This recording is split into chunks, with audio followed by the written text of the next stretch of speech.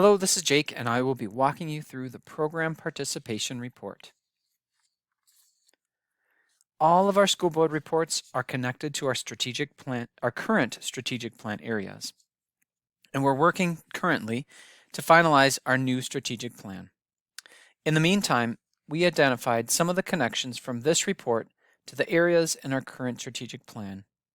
The specific areas are bolded on this slide. The Program Participation Report looks at the over and under representation in multiple programs in our school district. The three areas on this report include advanced academics and talent development, activities and athletics, and special education. The data in the upcoming slide represents students who have been formally identified as gifted in grades 4 through 12. Students in grades K through 3 are considered informally identified as gifted. In the slide you're going to see in the graph, a proportionate amount of students for the population should be at a level of 1.0. Above 1.0 means the group is overrepresented, and below 1.0 means the group is underrepresented. This first slide provides a look at our Advanced Academics and Talent Development Program representation by race. As you can see, our white students are overrepresented by about 1.5 times. Our multiracial students are proportionate, while our American Indian, Asian, Hispanic, and Black students are below proportionate rates. We identify students by screening all students in 2nd and 4th grade using a cognitive abilities test called the COGAT. We also know that this is limiting for our students and know that students don't just have academic talents, but a broad range of talents. We're using the COGAT screener now to find relative strengths for students and share those with teachers to build on those strengths, no matter if students were identified as gifted or not. We know that all students have different gifts and talents to build on, and many of our enrichment programs are open to all students. Last year, we shifted our identification process to a process of local and national norming.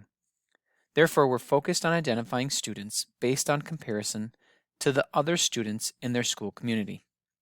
We believe this will assist us in providing more opportunities for students to be a part of an enrichment activities based on their strengths. This slide provides more student group identification proportions for students who are English learners, students who receive educational benefits, and students who are in special education. We have seen positive increases in these student groups from last year, but we still have a long ways to go before they are proportionate. We'll now shift to activities, which is focused on grades 7 through 12. We break our activities into 4 categories: academic groups, athletics, clubs, and fine arts. We know that all of these activities happen prior to or after school. They are not classes during the day like band, choir, and orchestra. This slide is a visual example of our secondary activities. As you can see, there's a wide range of opportunities for students to engage in. There is also more activities that students participate in. These ones are the only ones that require registration. This graph provides data for the 5-year trend of activities, which includes all of the 4 categories. And we look at this data broken down by race to measure if there's any disparities within our student groups. Again, in this graph, we're looking for student populations to be at a 1.0 to be proportionate. And as you can see, we have put an asterisk on the 2019-2020 school year and the 2020-21 school year, as both of these years were significantly impacted by the COVID-19 pandemic. During the 3rd trimester of 2020, we did not offer athletics and activities, as this was the beginning of distance learning. During the 2020-21 school year, secondary schools were in distance learning throughout the first 2 trimesters, and participation numbers were impacted. We do see a trend that our white students participated in higher numbers than our BIPOC students over these 2 pandemic years, and that continued into last year in 2021-2022.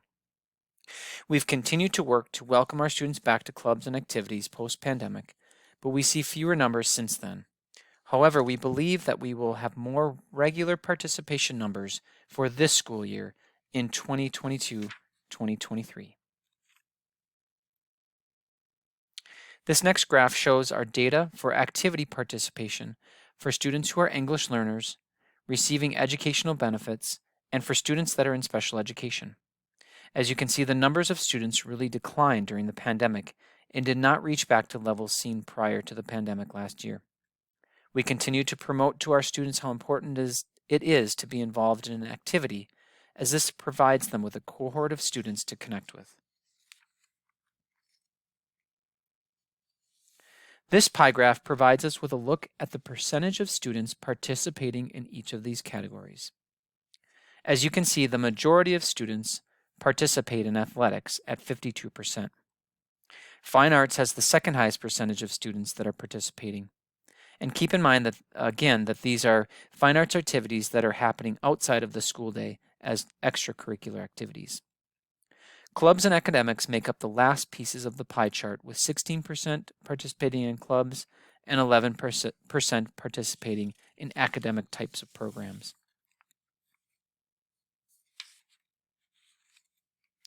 This pie graph on the left shows us with a look at the percentage of students by race and ethnicity participating in just the academics area. The pie graph on the right shows the demographics by race and ethnicity for all students in grades 7 through 12 for the 2021-22 school year. This pie graph on the left again shows us a look at the percentage of students by race and ethnicity in participating in just athletics. The pie graph on the right for comparison shows the demographics by race and ethnicity for all students in grade 7-12 for 21-22.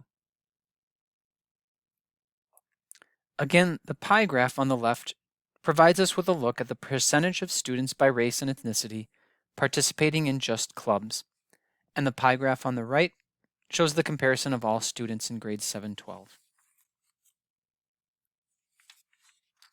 And finally, our last pie graph shows the fine arts breakdown by race and ethnicity compared to all 7-12 students.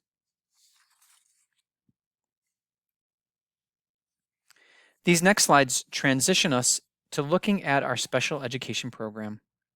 The first slide shows initial referrals to special education. Initial referrals include students who have met initial criteria to be evaluated for special education. These students go through an evaluation process and may or may not qualify for special education services. However, it is important for us to continue to monitor this data to review who are the students who are consistently being evaluated for special education. This graph provides information about students who are referred to special education.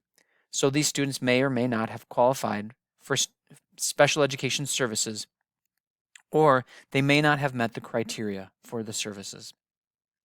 Again, we look at this data by race to measure whether we have disparities in our data. If we just broke the data down by white students and students of color, it would look like we are proportionate for the year 21-22, as we have white students at a 1.0 proportion and our students of color as a whole at 1.0 as well. But as we disaggregate the data by race, we see that our student groups by race have very different experiences. A positive trend over the 5 years is that our Black and Asian students are being referred at more proportional rates. A concern is the jump in multiracial students. However, this group has a very low number and tends to move more erratically. The following data slides represent students who are served in special education and are currently receiving specialized instruction or services. This differs from the previous slides, as the students represented in this data set are the students who have been referred, qualified for, and are currently served in special education. This graph represents students who are receiving special education services over the past 5 years, broken down by our student groups. We continue to see a more representative proportion of students served in special education over this 5-year span. However, some of our groups continue to be outside of our proportionate range, including our Black, multiracial, and English learner students. Our special education team believes that we will continue to see less disproportionality in our special education population as our special education initial referrals continue to become more proportionate as well. Thanks for listening, and we'll have more time for processing and discussion at our upcoming meeting.